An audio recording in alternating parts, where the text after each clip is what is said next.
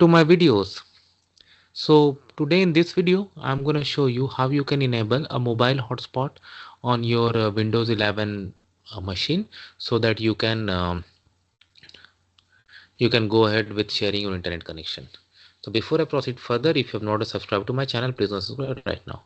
So guys, because it's gonna be, this is something that involves personal uh, information too, that's why instead of showing in a live video, I'm doing it in the format of screenshot.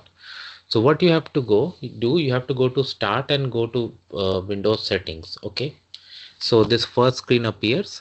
Okay, here you see under recommended setting itself, you see mobile hotspot, but it may not appear on your side. So what you're gonna do, you're gonna click on network and internet. You see I have selected here, that will take you here.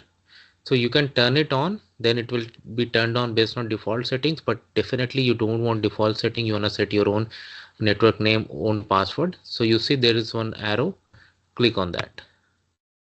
It comes to this page where first I would suggest go on properties, edit, change the name, password, and then turn it on so that others can use it if you really want to enable this. So that's how simple it is, guys. Let me know what you feel about it. Thanks for watching this video. Please subscribe to the channel. Thank you.